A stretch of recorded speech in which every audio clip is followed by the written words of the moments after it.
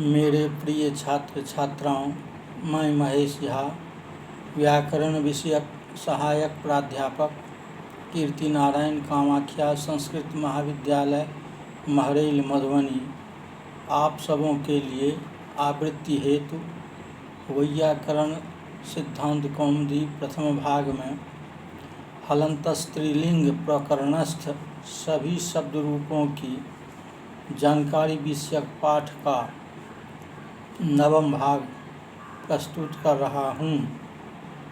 अष्टम भाग में चतुर्दश शब्द रूप दिश शब्द तक जानकारी प्रस्तुत की गई, उससे आगे इस भाग में प्रस्तुत कर रहा हूँ। दृश्यन्ते अर्था अनया, इस विग्रह में संपदादित्वात् दृश्य धातु से क्विप सर्वा पहाड़ लोप, प्रातिपदिक संज्ञा सु की उत्पत्ति, इत संज्ञा लोप, स का हल्न्यादि लोप, ब्रश्च भ्रश्ज सृज मृज यज राज भ्राजच्छशांखः, इस सूत्र से स को मूर्धन तालव्य स को मूर्धन्य स, मूर्धन्य स को जस्त्व ड को कुत्व ग, को विकल्प से चर्त होने पर दृक् दृग, ये दोनों रूप निष्पन्न होते हैं। प्रथमा द्विवचन में दृश्य और वर्ण सम्मेलन से दृशौ, यह रूप निष्पन्न होता है। प्रथमा बहुवचन में दृश्य जस, इस स्थिति में जकार की इत संज्ञा लोप, स का रुत्व विसर्ग होने पर दृशः, यह रूप निष्पन्न होता है। इस प्रकार सभी रूप दिश शब्द सदृश ही होंगे। षोडश शब्द रूप त्विख शब्द दीप्त्यर्थक त्विख धातु से क्विप सर्वा पहाड़ लोप, प्रथमा एक वचन में प्रातिपदिक संज्ञा सु की उत्पत्ति, इत संज्ञा लोप, स का लोप, जस्त्व एवं पाक्षिक चर्त्व होने पर त्विड, ये दो रूप होते हैं। प्रथमा द्विवचन में त्विख और, इस स्थिति में वर्ण सम्मेलन से रूप निष्पन्न होता है। प्रथमा बहुवचन में त्विख जस, इस स्थिति में जकार की इत संज्ञा लोप, स का रुत्व विसर्ग होने पर त्विखा, यह रूप निष्पन्न होता है।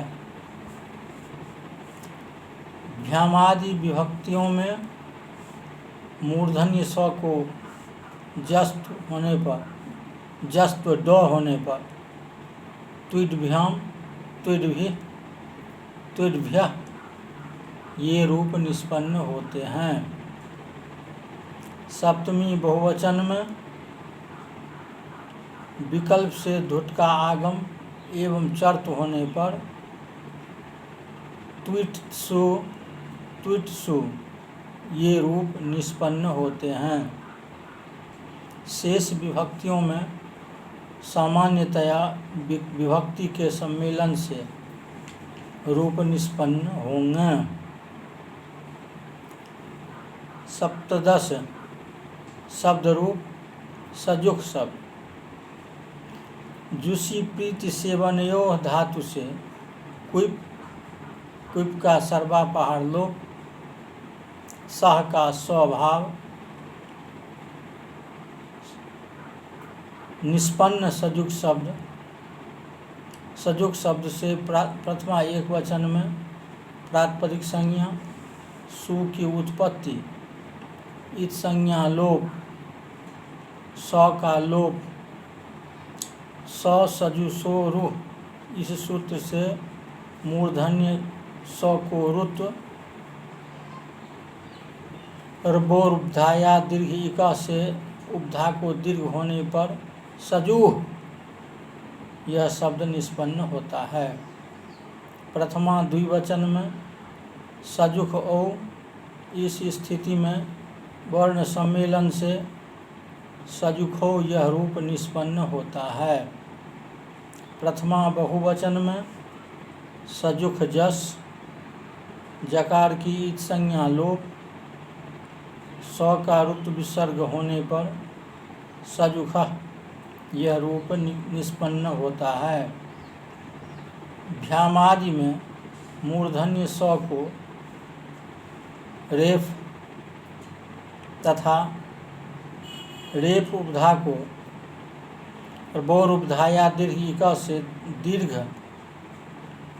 होने पर सजुर्भ्याम, सजुर्भ्यः आदि रूप निष्पन्न होते हैं। सप्तमी बहुवचन में मूर्धन्य स को रेफ, उपधा दीर्घ, रेफ को विसर्ग, विसर्ग को स विभक्ति के सकार को सर्व व्यवधान होने से मूर्धन्य स नुम विसर्जनीय सर्व व्यवायेपी से तथा पूर्व सकार को ष्टुत्व पक्ष में वासरी सूत्र से विसर्ग के स्थान पर विसर्ग तथा विभक्ति स को मूर्धन्य स होने पर सजुक्सु, सजूहसु रूप निष्पन्न होते हैं।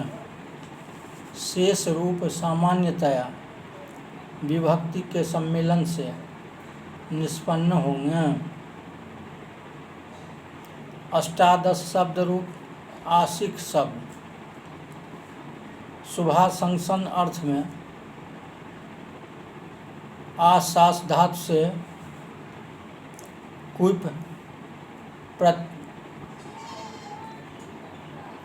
आशासः क्वा बुपसंख्यानम, इससे उपधा को इत, सासी बसी घसीनान च, इससे स को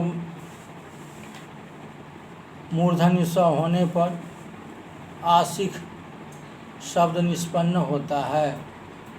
आशिक शब्द से प्रातिपदिक संज्ञा सु की उत्पत्ति, इत संज्ञा लोप, स का लोप, मूर्धन्य स को असिद्ध होने से स का रुत्व विसर्ग, बोर उपधाया दीर्घिका से दीर्घ होने पर आशी निष्पन्न होता है।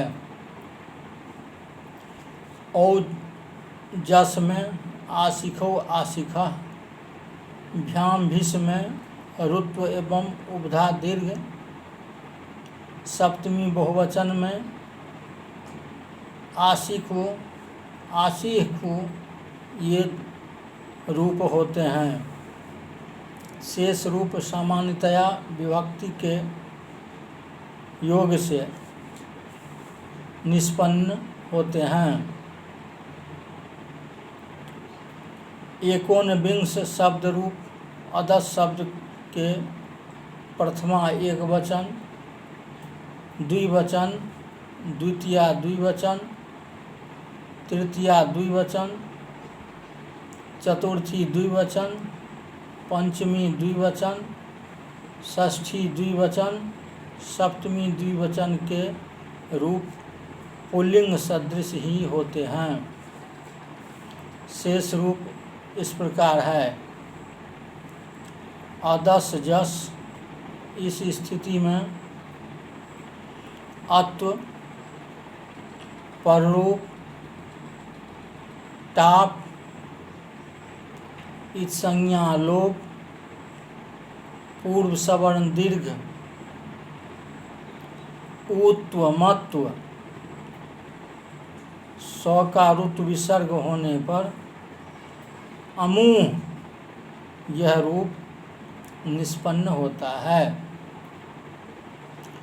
इस प्रकार ऊह करने पर सभी रूप निष्पन्न हो जाएंगे।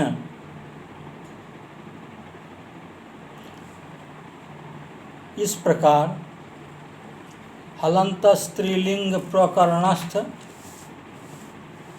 सभी शब्द रूपों की जानकारी विषयक पाठ के अंत भाग के साथ